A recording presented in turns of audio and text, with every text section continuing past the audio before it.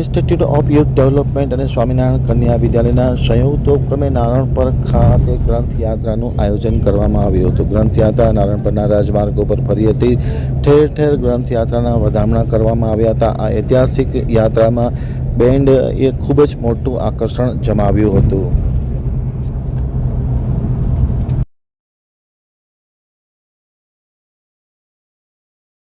હવે જોઈએ નારણપરથી આમતક ન્યૂઝ બ્યુરોનો એક વિસ્તૃત અહેવાલ. 21મી સદી જ્ઞાનની સદી છે અને સાર્થક કરવાને નવી પેઢીને વાંચનનો રસ ખેડવાના હેતુથી તાલુકાના નારણપર ખાતે ચાલતી મહિલા પુસ્તક પરબ અને ઝોલા પુસ્તક પરબની પ્રવૃત્તિને વેગ આપવાના આશયથી ઇન્સ્ટિટ્યૂટ ઓફ યુથ ડેવલપમેન્ટ અને સ્વામિનારાયણ કન્યા વિદ્યાલય નારણપરના સંયુક્ત ઉપક્રમે આ ગ્રંથયાત્રાનું આયોજન કરવામાં આવ્યું હતું. નૂતન સરસ્વતી વિદ્યાલયના પ્રમુખ અર્જણભાઈ પિંડોરિયા, મંત્રી શિવજીભાઈ વેકરિયા, ટ્રસ્ટી શામજીભાઈ પિંડોરિયા, કિશોરભાઈ પિંડોરિયા, વેલજીભાઈ પિંડોરિયા, પ્રમુખ રસનીતિભાઈ અંતાણી, દિનેશભાઈ ઠક્કર, નીલમ કોમલ તથા શાળાના પરિવાર તથા પુસ્તકોની છાપને વધાવી ગ્રંથયાત્રાનો પ્રારંભ કરવામાં આવ્યો હતો. ઘેર ઘેર અને દુકાને દુકાને ગ્રંથયાત્રાને વધાવવાની અપીલ સાથે છાત્રો બેન્ડના સૂર રેલાવતી આગળ વધી હતી. મા સરસ્વતીના વેશમાં શાળાની છાત્રાએ આ ગ્રંથયાત્રામાં ભારે આકર્ષણ જમાવ્યું હતું.